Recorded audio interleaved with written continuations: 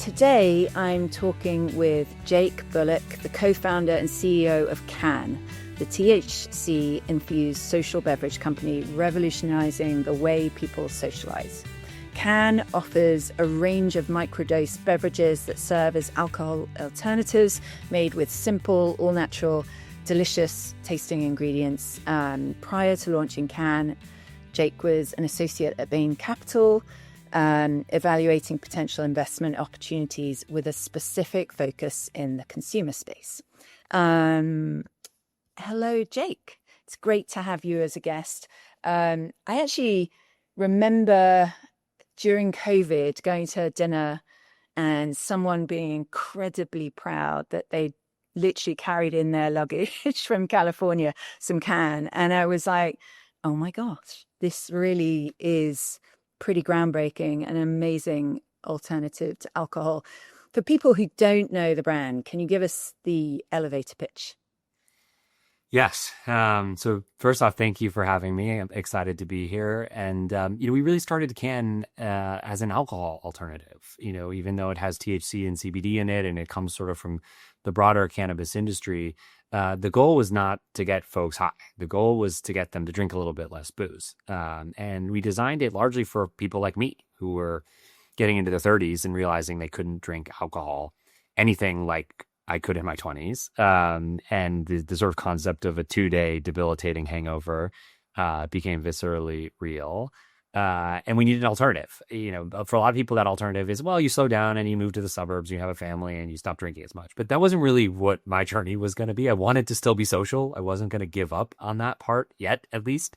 And so it kind of created this dilemma of, well, how do I socialize now in this new world where my body's telling me alcohol is not the only option, or it can't be the entire option. And I had grown up in Colorado and I'd followed the legal cannabis industry there. And, it always confused me a little bit because you had these like gummy candies, and if you ate the head of the gummy bear, you would be fine. But if you ate the whole thing, you would have a miserable experience. It's like, this probably is not where we're headed here. If we're going to be successful at normalizing cannabis and using these new ingredients coming into the fold in social ways. And so for me, it was obvious it was beverage. And we decided, well, can we take THC and CBD and put it in a drink? You make it kind of similar to alcohol in terms of its strength and potency. And if it tastes delicious and feels like a special treat, can we actually, develop something that really is a one-to-one substitute for an alcoholic beverage? And we did just that.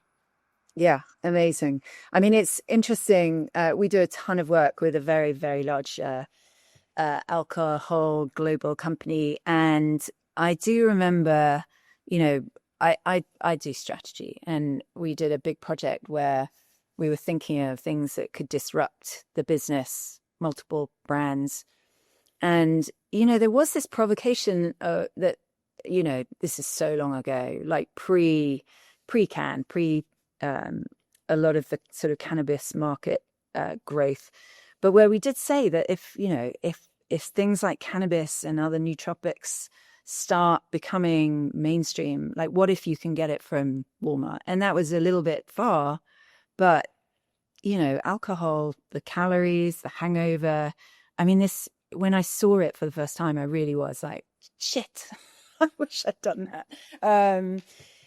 So at the time you were at Bain or talk to me about, how did it go from, wow, that's a smart opportunity, to I'm actually going to do this. I'm going to make the leap. I'm going to leave my big job with benefits and become a founder. Yeah. So I'll try to set the stage to some degree. I think the initial environment in which I started thinking about this was at Bain Capital doing private equity, and I had seen these companies at sort of their fullest expression, right? These are real businesses that have demonstrated growth and are of a certain size. And it was interesting because we were making decisions whether to invest in them or partner with, in many cases, the founders of those businesses. And the question was, is this brand going to grow, or is it still cool? And it's kind of an amazing experience sitting around the table trying to figure that out. And there's all sorts of ways you could think about it, but it kind of boiled down to those questions. And I was excited by that prospect. I was like, knowing kind of what it looks like at its fullest expression, I want to go back to the very beginning and go build something that can answer that question. Yes, it's going to grow. And yes, it's still a cool brand. And so that was really motivating to me. I actually went to business school at Stanford. I applied there with the intention of starting a company in the cannabis space. I put it in my application. I wasn't exactly sure what that looked like, but I thought I might go back to Colorado and do it there because at the time you had legal adult use recreational marijuana in Washington, Oregon, and Colorado. And so I'd grown up in Colorado. I thought that might make sense. When I got to Stanford, California had passed its law, essentially rolling out a similar program for adults. Obviously, California had a long history on the medical side, but this would be the first time you could go into a dispensary with an ID and purchase these products. So I said, okay, well, let's spend the 2 years here at school really figuring this question out and talking to hundreds of people, whoever would meet with me from the industry, which is kind of an exciting time to do that because it was all new. So, you didn't have this sort of like a set of incumbents and credibility. Everything was kind of happening in a fluid, exciting, dynamic way. Now, because of that, it was also really challenging. And I think, many brands that started out in that environment found it challenging to grow or to grab hold. There's all sorts of other structural issues with that program from a tax regulation standpoint. Very few have survived over the last sort of 6 or 7 years. But it was a great learning experience, and it helped me, to answer your original question, get a little bit more down the road, a little bit more comfortable. Yeah. Like, right, you're not going to go back into private equity, and you're going to turn down these sort of crazy salaries and benefits. And one of the things I joke about being really challenging about starting a company seems sort of obvious and simple, but it's figuring out your healthcare, right? In this country, it was me buying healthcare on the exchange, and that was not an easy process. I'm like, how does anybody do this? And you forget these little things that, kind of help support the culture around taking a job and staying in a job, right? And so having to shake that off was really challenging, even at a place like Stanford, right, where the business school is geared towards, founders, and there's such an entrepreneurial element to it. Everyone tells you, there's like two kinds of people in the world. There's people that can start companies and people that can't. And, which one are you? And, it's obviously not that black and white. But that culture really does kind of help support you as well. So I think that was the other thing I had. I had time to really think about it, to get a little bit of space away from the corporate world. And I had a really supportive environment in that school. Even then, it was really hard to imagine, graduating without a job and saying, oh, I'm going to work on this full time.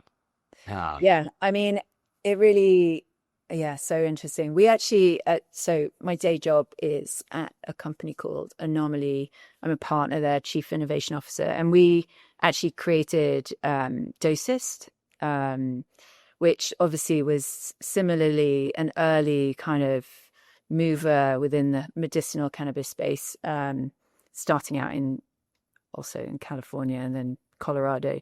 But it really was the Wild West. What was the most surprising element of becoming a founder and moving into this market? Because I feel like it's not, whereas, alcohol and beverages, two massive, fragmented, hugely competitive markets, you're creating a category. Like, there's so many red flags and from regulations to literally creating new behaviors. Like, talk to me about the most daunting or the things that surprised you most about the process. Yeah, we definitely had our work cut out for us. I mean, one, beverages is just hard. In CPG, it's structurally harder because of the sort of weight of the product, the logistics, the freight, all those things means your margins are lower. Moving the product around is more challenging. Then we added on top of that natural. It's a natural product. There's no preservatives in our product, right? That makes things even more challenging. It narrows dramatically where you can manufacture the product, how it can move. Maybe it opens up a few places where you can sell, which is exciting. But it's also what we believed in. We were consumers of natural products, so we weren't going to make something that wasn't. And then we add on top of that a highly regulated active ingredient, right? And so one that even has like pretty unclear regulations at the federal level. And so combination of those things made it really, really challenging. Just looking at the business that we were getting into, and people told me this, right? Like I kind of like had these early conversations, and they're like, "Well, it's going to be really hard for this reason and that reason." I think what drove us to do it were consumers. We were actual people that we tested prototypes of this product on. That one were blown away by the fact that they actually enjoyed what it tasted like, and the effect of it was exactly what they wanted. Even to the point where we would have friends that would, look me in the eye and say, Jake, please tell me you're doing this. I need these products to exist. And it was those moments, those interactions, I think that kind of were our North Star when we had those tough times in the beginning. Things were difficult. Like, guys, can you make this a business? Does this actually make sense? And just going back to those folks those friends that sort of said, we need these products. We knew that there was going to be some consumer demand for it. We had no idea how challenging it was going to be. And I mean, I would have told you 6 years ago that we would have launched in the regulated dispensary market in California, and by 3 to 5 years, we would have some sort of federal, legalization of cannabis that would allow these products to be sold in more places than, a few hundred dispensaries in various states. That obviously has not happened. I think I've updated my thinking that will probably not happen, at least not while I'm running Cann or maybe in business at all. But other avenues have opened up, right? And we've taken advantage of it. So I think, there's something, you need that sort of driving force. There has to be a why. I wouldn't say that you have to be like unreasonably passionate and like so much so that you aren't able to understand like important things about the business and the economics and how it works. But I do think that there needs to be that driving force, that North Star that says, okay, why am I doing this? And am I still right about that? And if that hasn't changed, then let's keep moving forward. Do you have that why articulated? Is it actually a statement? We do. It's about changing the way people socialize. It seems kind of like a simple concept, but when you peel it back a few layers, it's actually a really big idea, right? We have seen the monoculture disrupted in so many other parts of society, right? I mean, we're talking about Gen Z a lot these days. And the idea that everyone would be listening to the same top 40 songs, that wasn't that long ago that's what we did, right? And now your phone is delivering you any type of music you want, from around the world instantly. It's incredible. And so I think we're seeing a similar thing, right? We had a monoculture around how we socialize. Yes, alcohol, but all of the things that alcohol enabled, the way it was built in our bars and our restaurants. And one of my favorite things about being in this business today is going to restaurants and seeing how their drinks menus have changed, and they're changing pretty amazingly to the point where there's, dedicated sections, in some cases, entire pages for no and low alcohol options. And that's like really exciting. So we're starting to see some of the shifts, right? Maybe if we're not all drinking alcohol all the time, the bars don't need to be loud and dark. Maybe they look a little bit different. Maybe the way we interact is different. So I think there's all sorts of really exciting things that come into the fold when we think about how we socialize. And really what we're doing at Cann is we're providing consumers another option.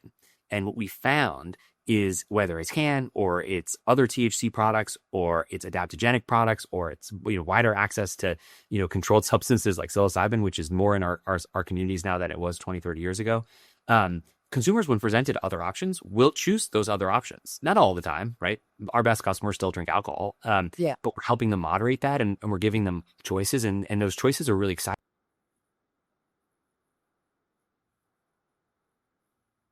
Yeah, I think, in so many ways, I feel like you've been very smart and have kind of, whether intentionally or not, kind of leaned into quite a few different trends, whether it's people drinking less or being more concerned about mind, body, or, artificial ingredients, the kind of rise of things like microdosing and stuff.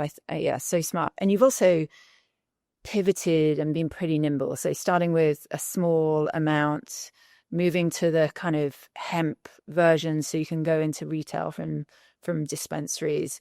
You made it look pretty easy. I mean, are you surprised how long the market is taking to develop?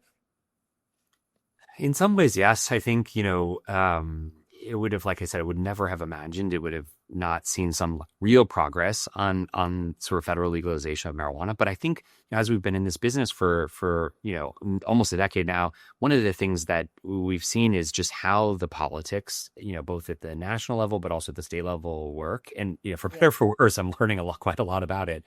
There's just so many more complexities than we would have ever imagined, right? Like, as much as we like to think that products that consumers love ultimately become available, it's not really the case, right? We saw this with, folks that were in the nicotine vape category, right? They're an amazing product that consumers loved, and it was banned somewhat sillily, I think, by the government. And now everyone uses these very dangerous Chinese imports. It's like, how did we get into a worse situation that's more dangerous for consumers with products that aren't American? It's kind of wild. And so these things can happen. There are bad examples of how like policymakers screw this up. And I think they have been screwing this one up for a while. But there's also a lot of bright spots, right? One of the things that happened because there was so little federal action on this issue is states took into their own hands the regulation of hemp. And they did it in a way that largely allows safe access to low potency hemp products, and particularly drinks.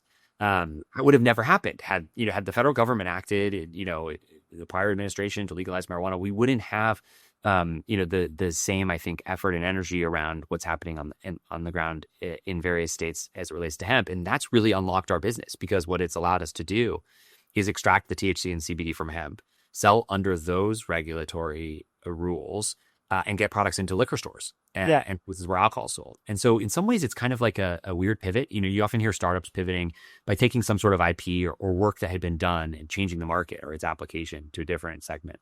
We actually kept the product from the consumer's perspective, identically the same. There's no difference, but we pivoted our active ingredient and we pivoted our regulatory framework that opened up all these new distribution channels to get to that same product to the same consumer. It's kind of unorthodox, but is really working and is providing a new model for states that don't want to stand up a California style, Department of Cannabis Control and all the challenges that we faced in that market.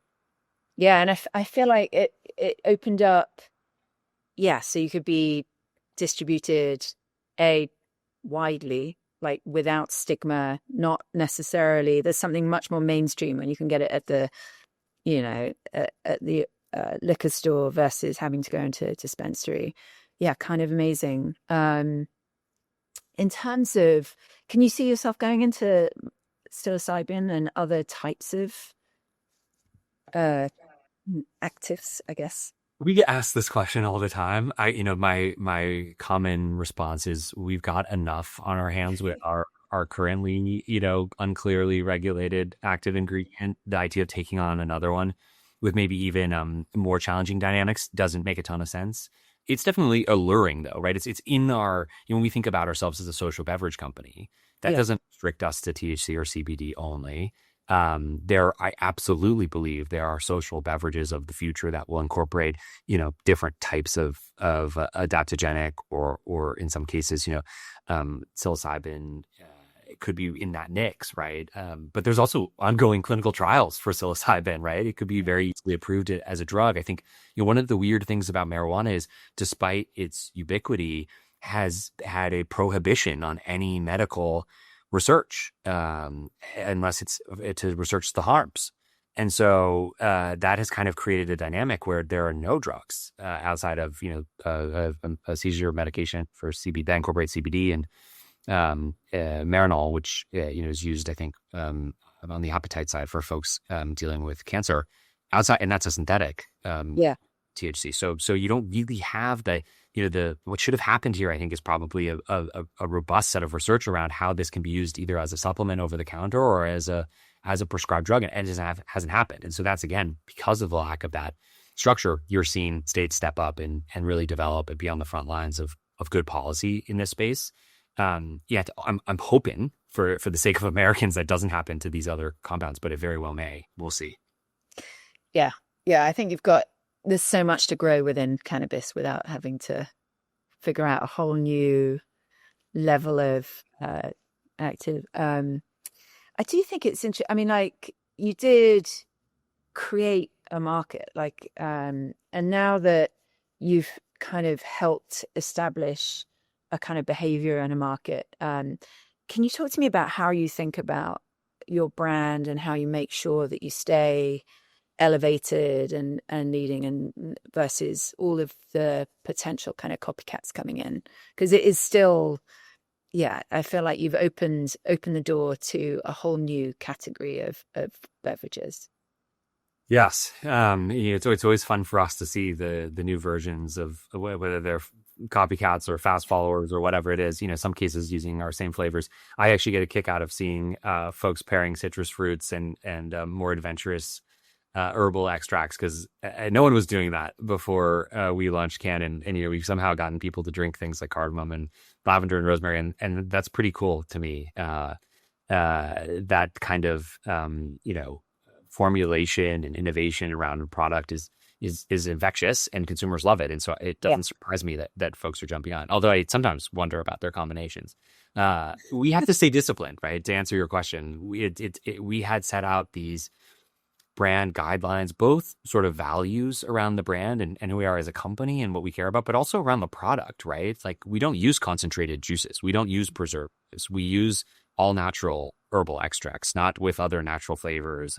Those things really matter. They matter to the taste of the product, and consumers, whether they're keenly aware of them or not, are benefiting from the quality of the product, and the decisions that we make around it. So we stay disciplined to those values as well. And even when you see pressure from others, and there's brands that are gaining traction in this market or that market, or they're doing this thing or that thing, we pay attention to it, but we don't let it distract us from sort of fundamental goal, right? Our job isn't really to outcompete other cannabis beverages, right? Our job is to convince an average person walking down the street that's going to have 2 glasses of wine tonight that maybe they should only have one and have a can as well, right? That's kind of a different proposition, but I think it's one that we're well positioned to succeed in. And so we're more focused there than we are on, who's launching a blood orange flavor this week or whenever. Yeah, you're very generous to all of these copycats. But I do love that you hit on something that I think does seem very key to your brand, which is you've modeled more on, you haven't looked to the cannabis category. You've looked to premium, natural, gourmet flavors that you see activated, whether it's mixology or premium alcohols and beverages. So that's part of how you've kind of thought about your brand. Can you tell me, as a brand strategist, any other kind of key pillars that have been important to making Cann the kind of brand that you aspire to?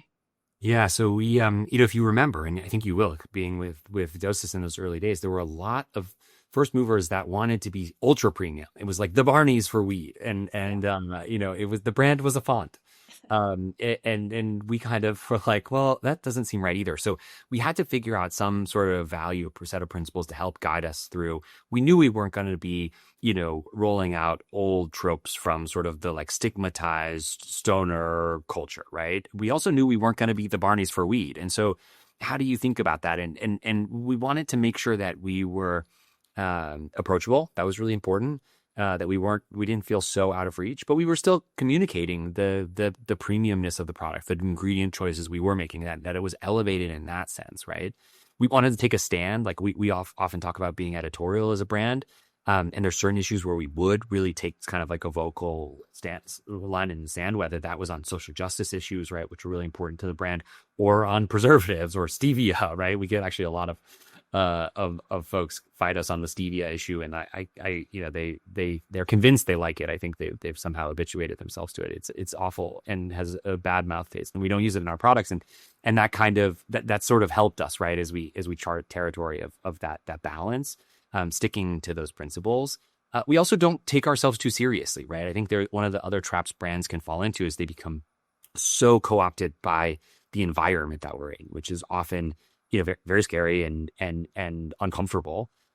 We sort of take the offbeat, right? We're going to be a little bit irreverent about what's happening. We're going to try to find the humor in these situations, and show up in a way that's maybe a little bit more quirky. Or at the end of the day, we're selling drugs. This is going to change the way you experience the world around you. It's mild, right? It may be one of the lowest potencies, lowest strength, lowest risks products on the market, but we aren't going to shy away from the silliness of that. And it's a social product. We're not trying to cure any of your illnesses, although folks use in these products for all sorts of reasons that kind of can include those. But it's a social product, and so we also tried to imbue the brand with that character and that humor, which I think also helps balance some of those questions of how do you make this thing feel approachable to a new customer.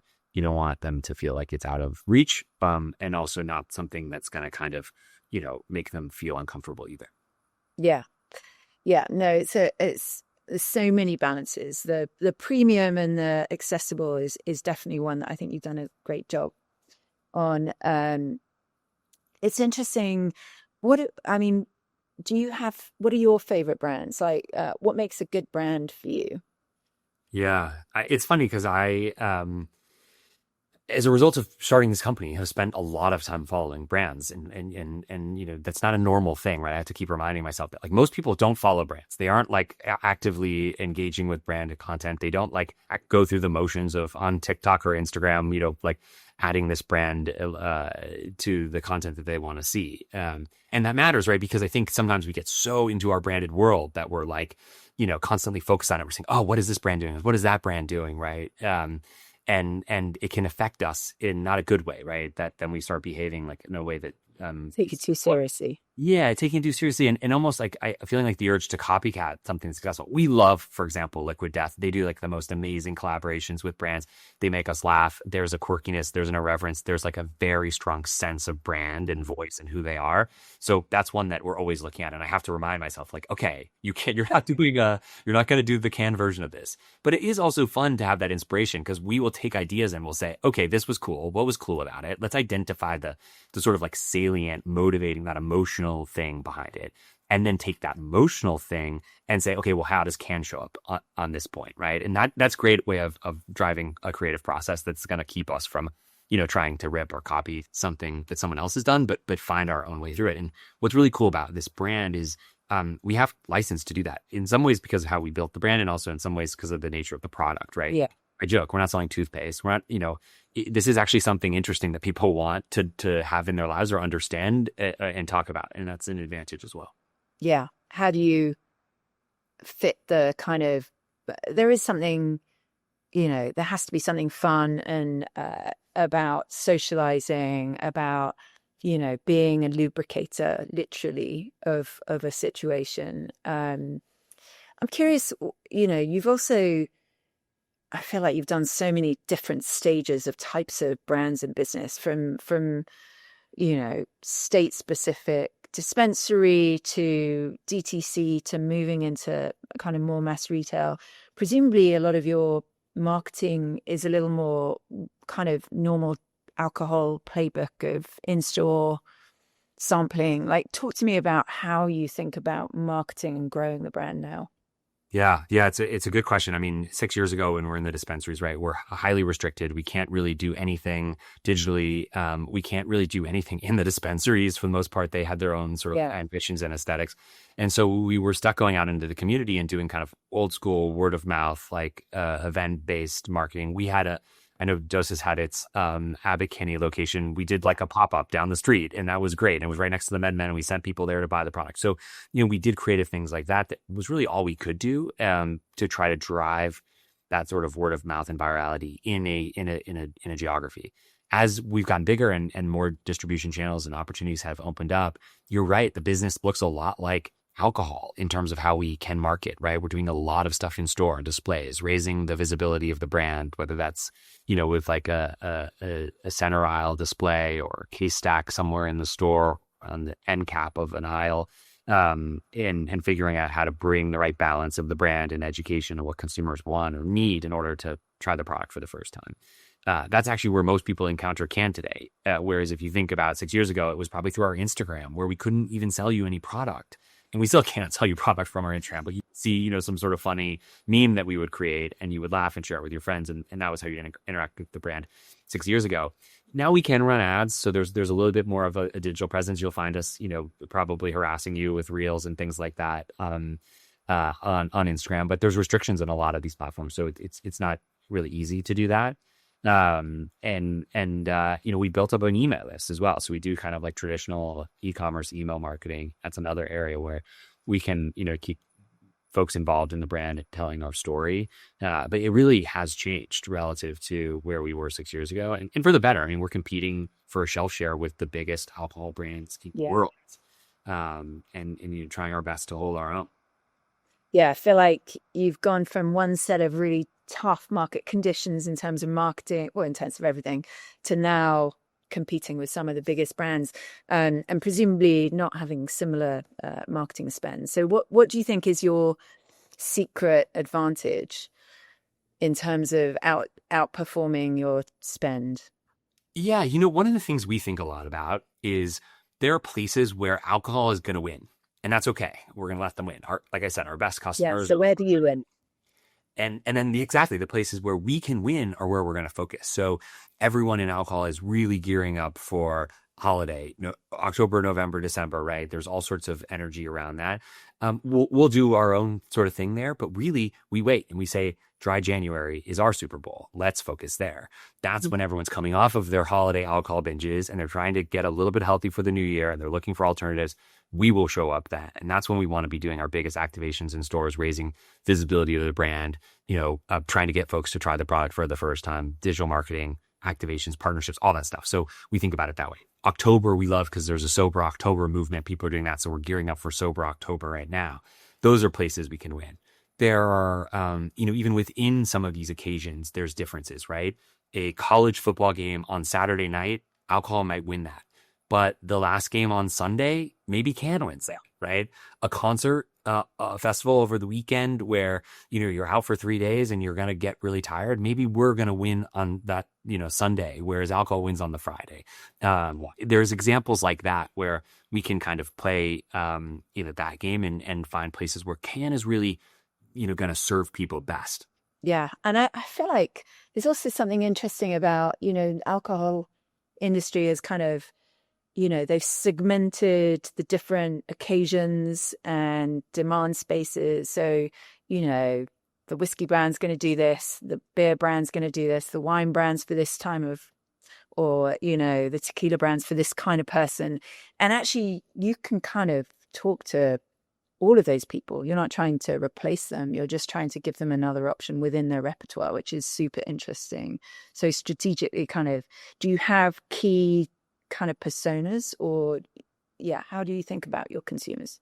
Yeah, we do. It's interesting. I mean, one of the challenges you sort of identify is that alcohol has really trotted these lines very effectively over decades. And so, whether that was a real thing, a sort of a consumer, salient emotional consumer need that they built a strategy around, or the strategy kind of created that emotion. Yeah, I don't know. But they've had so much time to do it where we're still wading through that environment and in some ways believe that anyone that has a frustration with alcohol is a potential conversation for the brand, and that those points of frustration bubble up. So we found there are times when people are maybe better primed for it.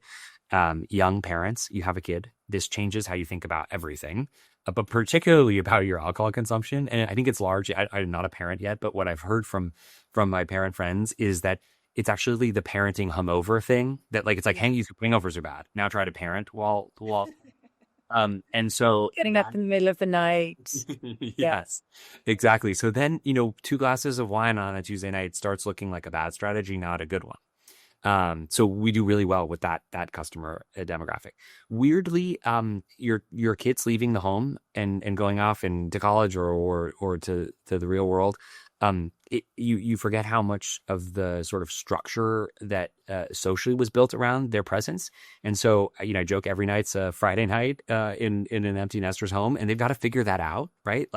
They need new rules for consumption of alcohol, and our product actually helps them moderate their alcohol consumption. So we find that folks will maybe go a little off the rails those first couple months after the pot, and then they discover Cann. So that's a really good one. I don't know how to explain what's happening with Gen Z, but I will tell you something is happening, and it's incredible. They're skewing alcohol in rates that I think no one would have imagined possible. Now, is some of that going to revert back to the mean? I think there will be an effect of that. I do think the alcohol industry likes to talk a lot about economic pressures and inflation causing cost of this stuff to rise. I would buy that if we saw beer doing relatively better than the other alcohols, but we don't. We actually see it doing worse. So beer is what you drink when alcohol is expensive. So that's not really happening. I think fitness trackers, people all have all these fitness trackers now. The links to sleep, longevity, overall brain health. I mean, that was pretty. Yeah, I think I think that the data piece is a structural change that's going to persist. and who knows? Like, I think, like, these things happen on the margin. So the net effect, it's not like people are stopping drinking alcohol, right? That's continuing to be the most common social beverage, and will be, I think, for my entire lifetime. But what's happening on the margin is really where we're building this business. And I think it's where, my advice to entrepreneurs when they look at these big melting ice cubes, is actually pay attention to the melt. That's where all that opportunity is. That's where we're going to see big changes over a 10 or 20 year, business life cycle. Yeah. What's Cann's ambition? Like, where do you want to be in 5 years? We're building a mainstream global brand. I think that is something we constantly talk about as a company. It's a social beverage brand. It's one that, is sitting at the intersection of sober curiosity and cannabis curiosity. But really, our ambition is to be a household name. We named the company Cann because it's cannabis in a can, and it's on the nose. It tells you what it is. We wanted that that sort of like word that describes the category, right? You have beer, you have wine, you have can. It kind of all hangs together. And so I would love to see, when I know we've been successful, is when folks have a party and it's no longer just beer and wine. It's beer, wine, and can. You got all three. And you have to have that on offer, because there's going to be people that are going to come to your party and they don't want to drink alcohol. And you've got that option for them. And there's going to be people that are going to come and they don't want to have 10 beers. They want to have 4. And Cann's going to help them do that, right? And so we're getting closer to that. I think the big things we need to do over the next 5 years are really win over grocery retail. We need to get the mass market chains into this space. We need to get the major alcohol distributors, get these products on their trucks. And then the on-premise. It's starting to change, but it's going to be kind of the slowest. And that's our average, because you really need on-premise to drive trial. You go to your heart, you try it for the first time, it costs you $8 instead of, $20, and you love it, and so you buy it, or you hate it and you don't buy it. But that's an important element of how as a sampling trial. Yeah. Exactly. What would what sort of advice would you give first-time founders, or founders, trying to create something, pretty new? I mean, I feel like emerging category, new kind of idea. What kind of advice would you give them? Yeah, well, we thought a lot about this concept of creating a new category, and what does it actually mean to be innovative? And there's so many temptations to say, oh, well, we'll do LaCroix, but with, THC in it, or let's make a beer, but with THC. And we avoided the temptation to do that. And I think it was because we were creating something new. We wanted this to be innovative in and of itself. And so part of what drove our formulation, what drove the brand expression identity, was all, this is something new. We're not, we can be inspired by things around us, but we're not going to replicate them and swap stuff out. That was really important. I think it's important for anybody that's looking to start something that really feels like a new category, or a frontier, a space, an edge to something, is really keep yourself from getting pulled back into that culture. And there's forces that will do it. I mean, we had so many beverage formulators that we fired them all, and did it ourselves, because they would try to put us into these boxes. Oh, you should use this because you can say natural flavors on the label, but it costs you 10 cents less. And it's like, don't be so caught up in the commercialization and the unit economics. Like, it is more important, we think, to fail creating something amazing that you love, that feels innovative and new, and realize that thing is not commercializable, than it is to go create a mass sort of commercial product that is going to have good unit economics at scale, and then people are kind of just like meh about it. Right? Yeah. Don't fail that way. That's too common and boring. Yeah. Well, what about? I mean, it can't have been a super. I mean, maybe it helps coming from a background like Bain, but what about fundraising? Can't have been that easy at the beginning, especially. Thoughts on fundraising? We thought it was hard in the beginning. What are your tricks? What are your hacks? How do you tell your story in a way that gets you some money? Yeah, so it's funny because I've spanned 2 interest rate environments. I would say that we thought it was hard in the beginning, and we have now realized that it was actually quite easy. And now it is virtually impossible. But I think that the lessons still apply. I think that the maybe the one big change is 6-7 years ago, when we were raising the first capital into the business. People wanted to know that you understood that there was a thing called unit economics, but they didn't really care what they were. They cared that you. Now more profit focused. Yes. Now I would lead with that. And it doesn't mean you have to be profitable from day one on the first order, but it does mean that you have to understand how you're going to get profitable and how profitability and operating cash flow is going to be a part of your financing strategy, right? The good news is that so many amazing tools have been developed over the last 5 years that will help you do that, right? You don't need a team of 10 or 20 people to scale a CPG beverage brand, right? Right. You probably didn't need it 6 years ago, but the investors put pressure on you to grow so fast. So you'd hire all these Yeah. people. Really now, No, what sort of tools? What are you referring to? yeah, so I'm thinking about, especially for brands, right? There's so much that you can do from a marketing standpoint that's automated now, right? I mean, our core activities really start with generating content. That content can be generated by machines. It's kind of scary what we're seeing. I mean, we use some of this, like instead of spending a bunch of money on a photographer to shoot blood orange slices, computers can make beautiful blood orange slices. We use those, right? Now, there's times where we do lean into to creative professionals and photographers to bring things to life in video, and there's like really special moments that are speaking the brand. So it's a combination strategy, I think. But so much of just even sending emails and segmentation and that, what's happening on websites with advertising landing pages, we're getting very close to where the ads will just be made by the machine, like, to the person that's looking at them. So those are all great signs for folks building businesses, even outside of CPG, right? With vibe coding and Copilot and these things, you just don't need the same kind of teams that you used to need. So I would lead with those types of things. Make sure you're aware in your conversations with investors about how you're going to build the company in a way that makes sense in this world, right? Which is a world where there is automation, where you're probably not raising as much money initially. And that's a good thing because you're going to own more of the company. So, there's a lot of, I think, positives, but you really are leading with a different economic model. You're going to get profitable. The other thing I would say is for folks that are building businesses in CPG, food and beverage, build it for retail. Do not fall into the trap of getting D2C e-commerce margins, making it work there, thinking that that's how you're going to grow the business. That still happens, but that is not So how to build it. Yeah.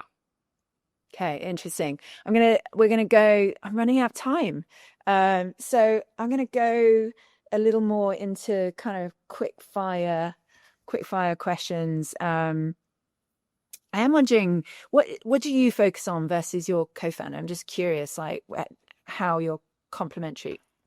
Yes, And in the early days, from business school. yeah, we actually met at Bain& Company on the very first day. So we both sort of had like the strategy consultant piece and both went to business school.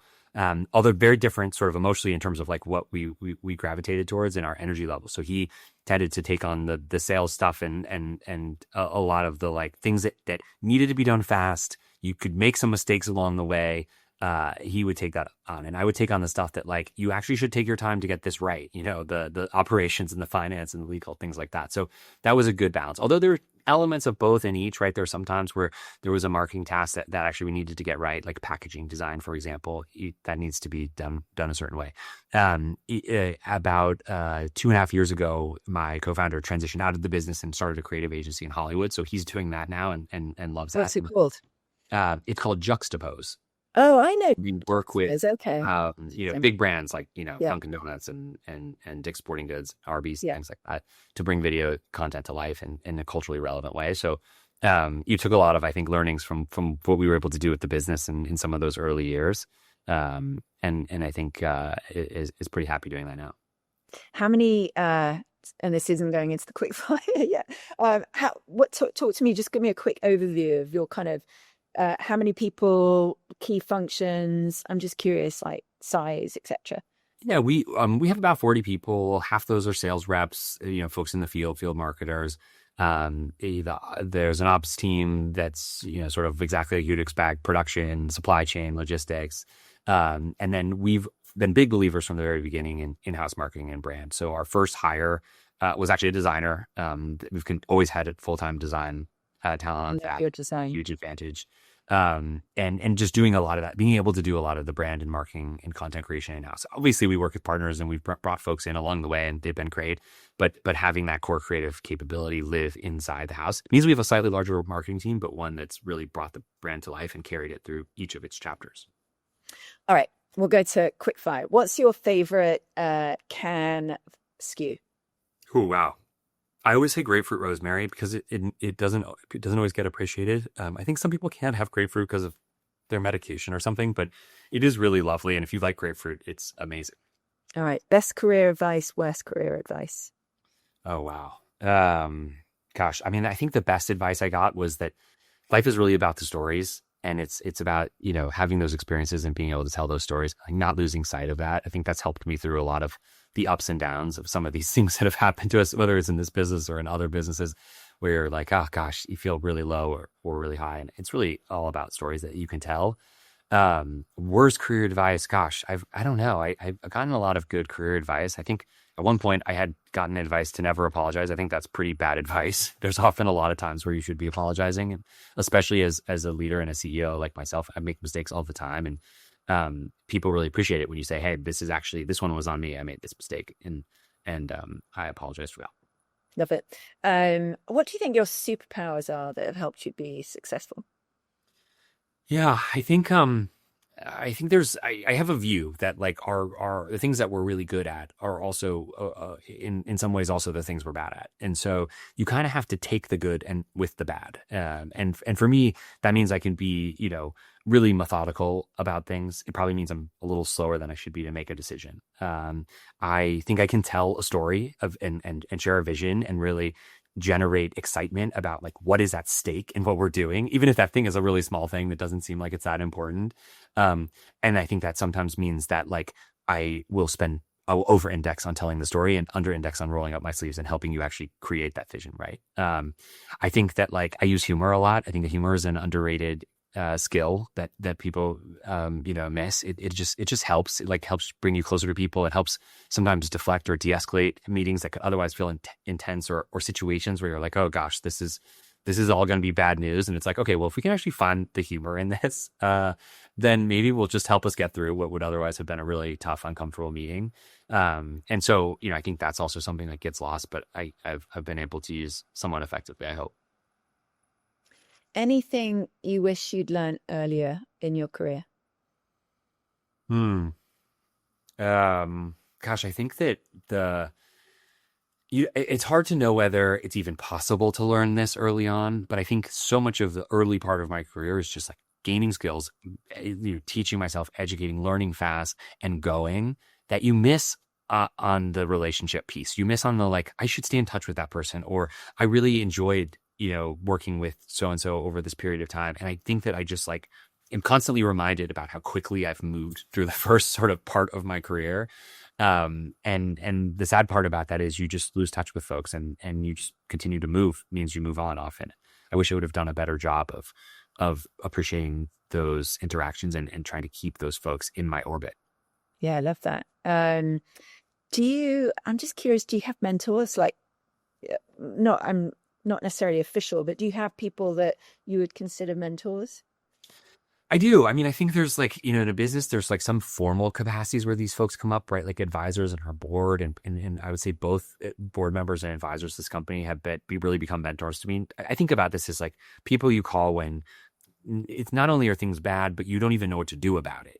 It's like those situations, like who are you picking up the phone to call? And also I would say like there's, there's a little bit of a blurring of the lines between personal and professional too, right? Like my parents, I tap often in these situations. I'm having a tough issue here. I don't know how to handle this HR issue, right? I'm not calling a lawyer. I'm not calling an advisor. I'm not calling a board member.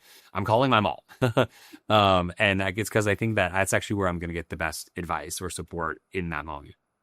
Oh my God. I am just sitting here thinking, I hope my son does that. Are you an introvert or an extrovert when it comes to socializing and stuff like, and work and, life? I'm definitely an introvert. I think the best introverts figure out how to make it work socially and in those situations. But I hate doing the thing. It drains me showing up to these, happy hours. Thank God I started a company about not drinking alcohol, because I can use that as an excuse. But I have to recharge. I have to be by myself to build back up the strength to go do it again the next day. Interesting. Anything that you're trying to work on and get better at?